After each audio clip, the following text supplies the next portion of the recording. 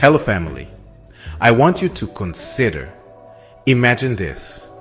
You're standing on the sidewalk and you see someone you love. Maybe it's your best friend, your cousin, your brother, or even your child, standing in the middle of the street.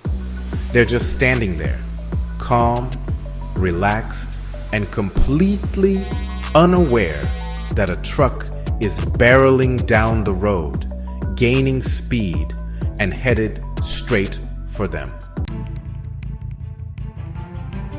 You shout, you wave your arms, you try to get their attention, but they just stand there, unmoved.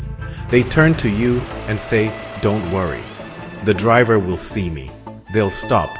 I trust them." But you know the history of that driver. You know the track record. You know that this driver has a reputation for callousness, for violence.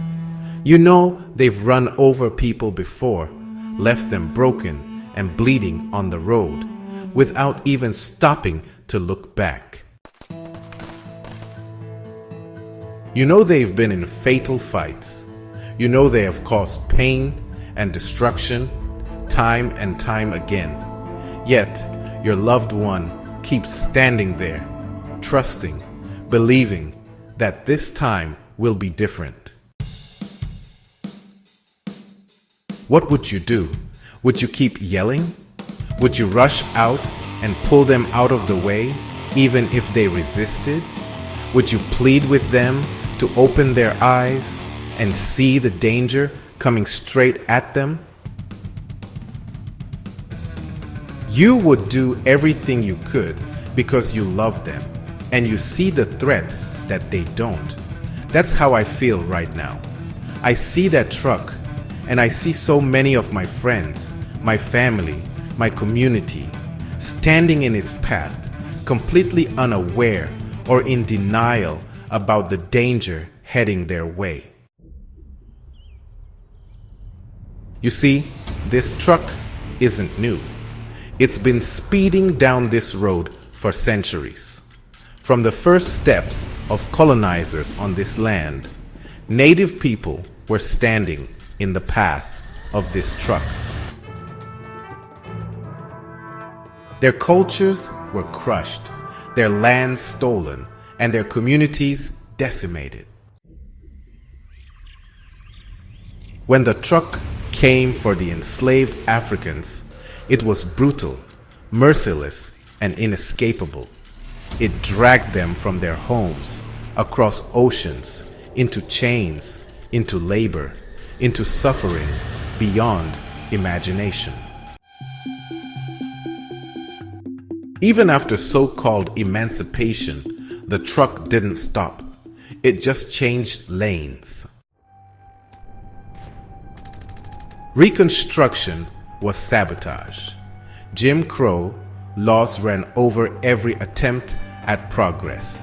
Lynch mobs, segregation, redlining, police brutality. Those were just more wheels under that same truck, rolling over black bodies, dreams, and hopes. The story is no different for our immigrant brothers and sisters. Mexican farm workers, Chinese railroad builders, Japanese internment camps.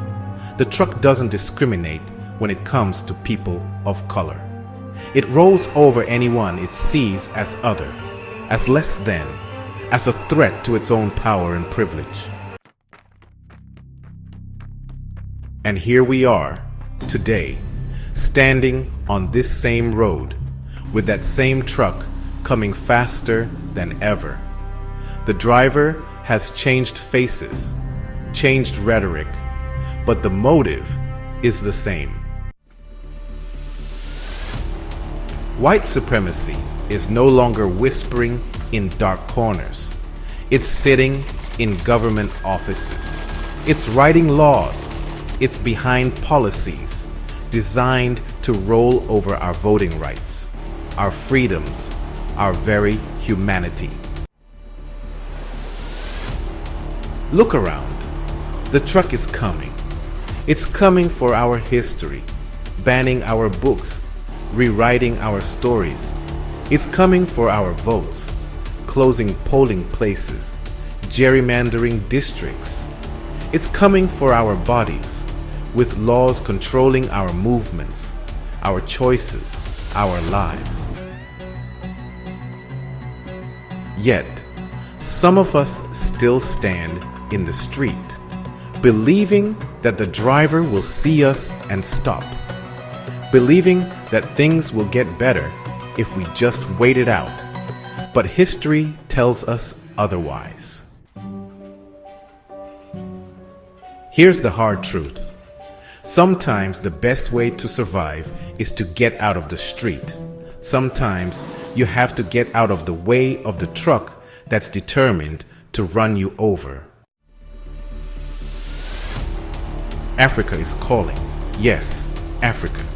The place they told us was a land of poverty and despair. But they lied. They lied because they knew the truth. Africa is rising. 6 of the world's 10 fastest growing economies are in Africa right now. Opportunities are blooming. Innovation is thriving. Wealth is growing. They don't want you to know this. They want you to believe there's nowhere else to go, that you must stand in this street and take the hit. But that's not true. We have options. We have places to go where we are not the other, where our children don't have to grow up with targets on their backs, where we can build, thrive, and be safe. I'm sounding the alarm because I love you. I see the truck coming, and I refuse to stand by silently while it barrels down on us again. History has shown us that this truck does not stop.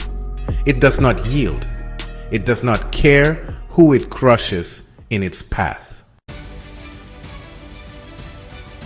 I'm calling on you to move, to protect yourself and your loved ones, to look beyond the borders of a land that has never truly embraced us. I'm calling on you to explore the possibilities in a continent that welcomes us back as sons and daughters, not as strangers. I'm asking you to see the truck, to hear its engine roaring, to recognize the driver's face, and to make a choice before it's too late. If you're ready to move, to explore, to find a way out of the street, then join me. Let's find a way forward, together, because I refuse to watch another generation be crushed.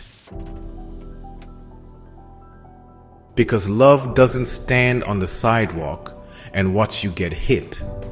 Because I will never stop trying to pull you out of the way. Take action. Wake up. Move out of the way before the truck comes. Please subscribe to Essence of Success and leave a message in the comments. We can help each other.